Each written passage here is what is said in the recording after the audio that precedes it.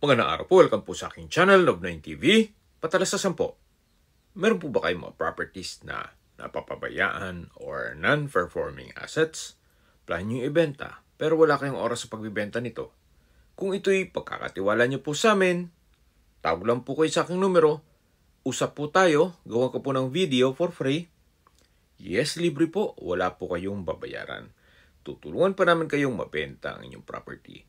Kami na po bahala sa marketing, sa boosting or paid ads. Even sa tripping, hindi na po kayo mapapagod sa pag-entertain ng mga buyers. Kami na po bahala sa lahat. Tawag lang po kayo. Nandito po tayo ngayon sa Camaya Coast, dito sa Maribeles, Bataan, kung saan meron po tayong bagong video presentation. Isang residential property na may lot area na 366 square meters. Ito po'y titulado, buhay po ang may-ari, kaya wala po kayong magiging problema sa documentation o sa transfer ng title. Napakatahimik po ng lugar, sariwa ang hangin, at sa klima naman po, banayad lang. Hindi naman po siya ganun kainit at hindi naman ganun kalamig. Ito po ang frontage ng lupang binibenta. Regular cut naman po siya, kaya usable po lahat, wala pong masasayang. At meron pa pong overlooking view sa dagat. At hindi lang po doon, ito po'y accessible ng ferry boat mula Seaside, MOA Terminal, at meron pong project ang ating gobyerno na Bataan Cavite Interlink Bridge. Kaya mas mapapabilis na po ang biyahe mula Cavite to Bataan, mga 40 minutes drive once na natapos na ito. Pero sa ngayon po, ito'y accessible by land via ECTEX. Then, accessible din po ito by air. Gawa ng meron na pong ongoing construction ng Camaya Pad o airstrip. At dito po sa loob ng Camaya Coast, meron pong mga restaurants, may golf course, may hotel, water theme park, at marami pa pong iba. Meron din pong commercial area na kung saan may Yellow Cab o Nacho King, may sandbar, meron pong cabanas, sports and recreation, then meron pong golf lounge, infinity pool, basketball court, at inflatable water park. Napakaganda po nitong property para sa inyong retirement. Gawa ng ito po'y malapit sa dagat at kumpleto po ang amenities. Nandito na po tayo sa dulong parte nitong property. Hanggang dito po ang property line. So mula po dito, yan po yung magiging view. Matatanaw nyo po yung sa kabilang face nitong subdivision. So wala pong magiging obstruction. Gawa ng ito po'y nasa mataas na lugar.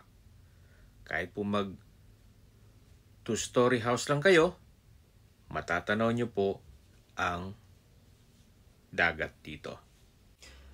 Yan po, tunghayan nyo po itong napagandang property.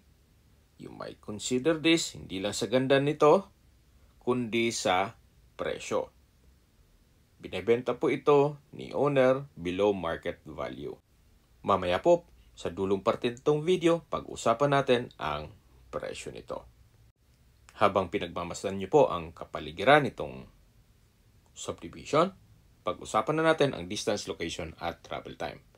Mula po sa bayan ng Maribeles, ang distance is 18.6 kilometers at ang travel time is 25 minutes. Kompleto na rin po doon, gaya ng public market, convenience store, remittance center, drugstore, banks, schools, church, at hospital. Yan po yung lagi kong binabagit sa inyo na dapat nyo i-consider sa paghanap ng property, yung meron pong malapit na hospital. Hindi ko naman po sinasabing sakitin kayo. Yan naman po for emergency purpose lang naman. At malapit na rin po doon ang Maribeles Ferry Terminal. Mula naman po sa Subic Bay Freeport, ang distance is 79.4 kilometers at ang travel time is 2 hours and 10 minutes. Mula naman po sa Clark International Airport, ang distance is 139 kilometers at ang travel time is 2 hours and 30 minutes. Mula naman po sa Manila, ang distance is 204 kilometers at ang travel time is 3 hours and 46 minutes by land po yan. Pero once na matapos na po ang Interlink Bridge ng Cavite to Bataan, mga 40 minutes drive na lang po ang papunta dito sa Kamaya Coast. Okay, sa presyo na po tayo. Binebenta po ito ni owner sa halagang 20,000 pesos per square meter. Kaya po nang nasabi ko, ito'y below market value. Gawa ng nasa 27 or 28,000 na ang per square meter po dito. At nandito na po tayo sa may part ng hotel na kung saan sa likod ko po ay meron pong infinity pool. Napakaganda po. Ito po'y white sand.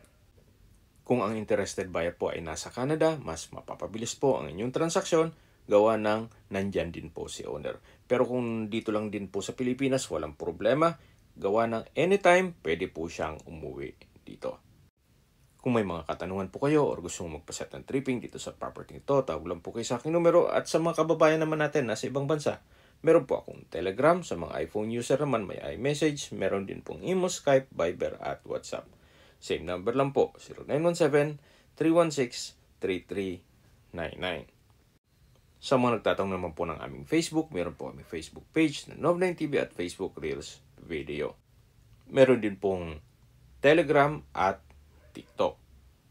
Meron din po kami ibang YouTube channel na Nov9TV channel at AC Listings. Sana po na ibigyan yung aming video presentation. Paki-like and subscribe na po sa aking channel para ma-update din po kayo sa aking future listings. Kung sakali po hanap nyo yung mas malaking sukat ng lupa, meron din po kami ibang listings na pwede nyong pagpilian.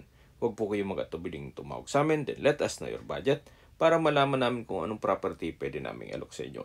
Sa lahat pong viewer, subscriber at nagtiwala po sa amin, salamat po sa suporta. Ingat po kayo lagi at atong pamilya. Maraming salamat po.